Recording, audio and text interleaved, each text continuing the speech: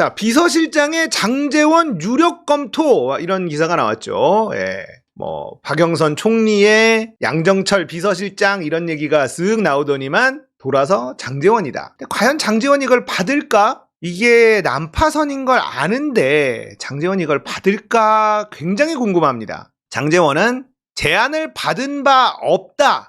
일단 선을 그었다라는 거는 의미가 있죠. 일단 이게 한바탕 소동이거든요. 비서실장 장제원, 원희룡, 김한길, 이상민, 정진석, 이정현 뭐 이런 사람들이 막 거론이 됐었단 말이에요. 그러다가 원희룡으로 굳어진다라고 했는데 이것도 틀어졌어요. 원희룡이 이걸 받을 이유가 없죠. 사실 지금의 비서실장은 아무도 안 받습니다. 총리라고 하면 대통령하고 각을 좀 세울 가능성이 좀 있죠. 총리는. 근데 비서실장은 대통령과 한 몸이에요. 완전히. 이걸 비서실장을 받아? 골 때리죠. 이거는 진짜 바보가 아닌 이상은 이 비서실장은 안 받는 게 맞는데 박영선 총리 양정철 비서실장 이게 나오면서 한바탕 난리가 났었잖아요. 이거는 뭐 말도 안 된다. 보수 내에서도 아무리 사람이 없어도 어떻게 민주당 문재인 정부 사람을 쓰느냐. 근데 박영선은 친문도 아니에요. 박영선은 문재인 욕만 계속 하고 다니다가 장관 자리 하나 주니까 그때 헤헤거리면서 나 문재인 좋아요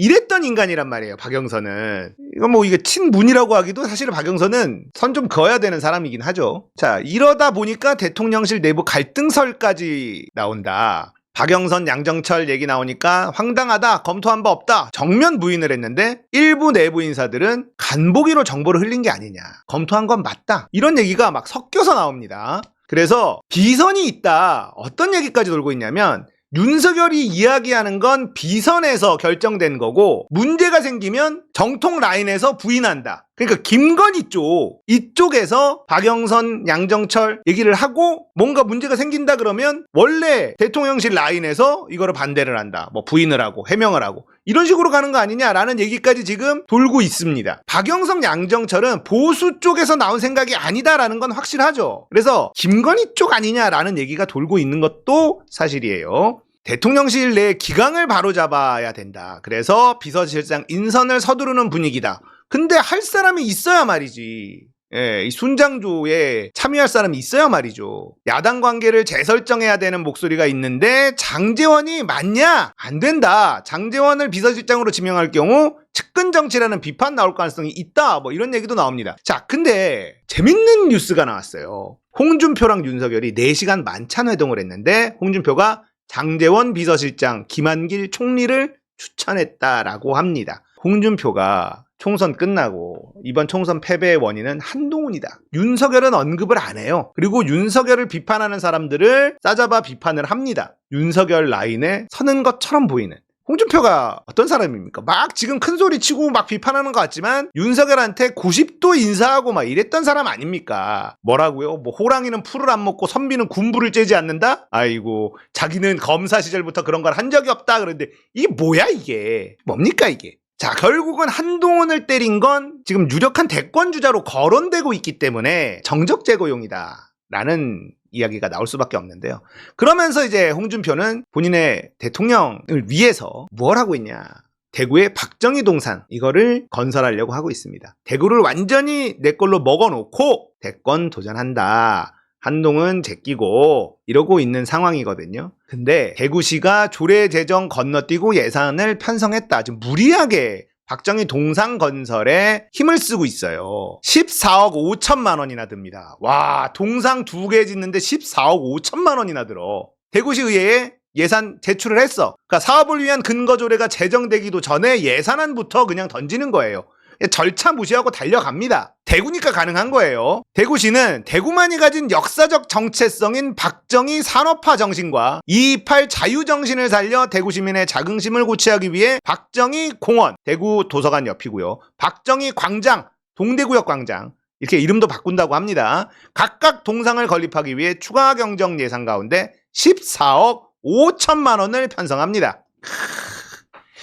야, 이런 짓을 막 해. 그러니까 시민단체들은 반발하죠. 박정희 우상화 사업 반대 범시민운동본부 준비위원회가 생겼는데 관련 조례가 시의회에서 가부 또는 유보 결정 나지도 않았는데 예산안부터 편성한다? 이거는 상식도 아니고 독선이다. 대구니까 가능한 거예요. 이렇게 하는 건. 대구는 이렇게 해도 뭐라 안 하니까. 예산 편성 집행하는 근거가 되는 조례를 먼저 제정하고 그 다음 열린 회기에서 예산안을 올려 심의하는 것이 상식인데 그냥 다 무시한다. 시민 무시하고 의회 무시한다 얘기해봐야 아무 소용 없습니다. 대구시는 반대 의견 886건 접수됐지만 모두 미반영 조처했어요. 그냥 마이웨이죠. 왜냐? 대구니까. 대구는 그래도 뽑아주니까. 자, 저는 이런 홍준표의 행적을 응원합니다. 왜냐? 대구 경북을 고립화시켜야 되기 때문에. 다 먹을 수 없어요.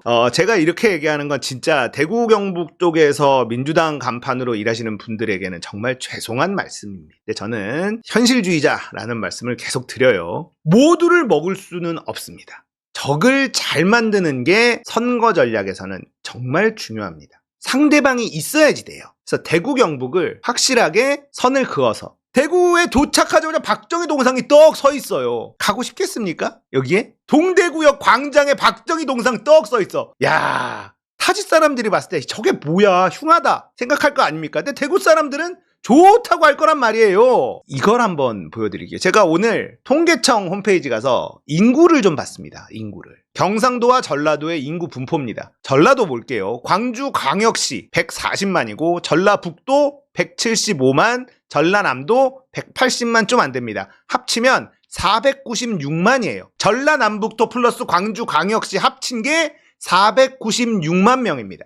대구광역시와 경상북도 합치면 491만 6천이에요. 전라남북도 광주광역시 합친 게 대구 경북 합친 거랑 비슷합니다. 그러면 부울경, 경상남도는 어떻게 되냐? 합계가 763만 명이에요. 전라남북도 광주 다 합친 인구보다 경남 인구가 훨씬 많습니다. 훨씬 많아요. 그러면 부울경은 우리가 집중적으로 공략을 계속해야 되고 대구 경북은 고립시키는 전략을 써야 돼요. 박정희의 도시 대구, 박정희 우상화, 박정희 막 동상 보고 울고 막 이런 장면들. 타지 사람들이 과연 그걸 상식이라고 생각할까요? 그러니까 대구 경북을 밭을 갈아서 변화를 만들어야 된다라는 움직임이 에너지 낭비다라고 생각하는 겁니다. 저는 대구 경북에 사시면서 민주당 지지하시는 분들에게는 정말 죄송하지만 적을 잘 상정하는 게 중요하다. 대구 경북은 그냥 냅둬야 돼. 자, 박정희가 전라도와 경상도로 딱 갈라치기를 했어요. 김대중이라는 정적이 있는 전라도를 고립시키는 그런 전략을 씁니다. 지역 감정을 유발하고 김대중은 빨갱이, 김대중을 지지하는 전라도 사람들도 빨갱이 이렇게 만들고 경상도를 다 먹으면 남는 장사다. 그러면서 경제개발 계획할 때 경상도 위주로 쫙 깔죠. 그러니까 경상도는 인구가 더 많이 늘어나고 소득도 훨씬 더 늘어나고 전라도는 발전이 더디게 됩니다. 자, 그러면 지금 보신 것처럼 경남 인구, 전라남북도 다 합친 게 경남보다 훨씬 적어요. 지도로 딱 놓고 보면 면적 차이는 얼마 안 나지만 인구 차이는 더블 이상 납니다. 경상남북도 다 합치면 더블 이상 차이가 나잖아요. 그래서 지도로 만약에 뭐 민주당 색칠, 국민의힘 색칠하면 비슷한 것 같지만 실상은 그렇지 않습니다. 그렇기 때문에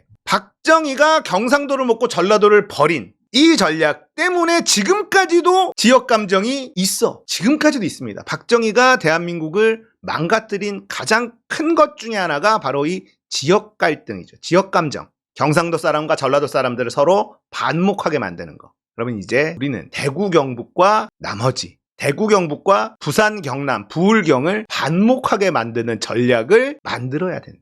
그러니까 홍준표가 대구시장이 되면서 자기가 대통령이 되고 싶은 욕심에 이상한 짓을 하고 있는데 이거 반대하면 안 된다.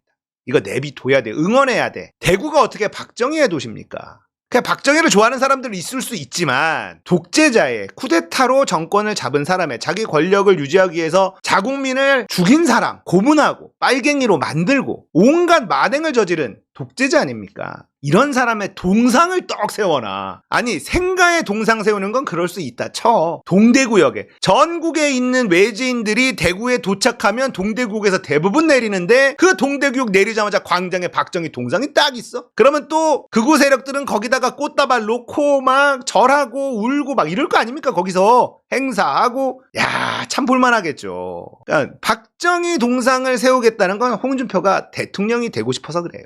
대구 경북에 사는 국민의힘에 표 찍어주는 사람들은 압도적으로 박정희를 지지하니까.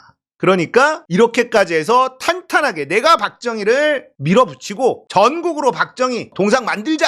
그러면 대구 경북 사람들이 막 환호해 줄 거 아닙니까? 국민의힘은 역시 홍준표밖에 없어. 이렇게 일단 만들어 놓고 탄탄한 자기 지지 기반을 대구 경북에 만들어 놓고 대권을 노린다. 저는 이렇게 해석하고 있거든요. 이거 화내고 말릴 게 아니라 칭찬하고 응원해 줘야 된다.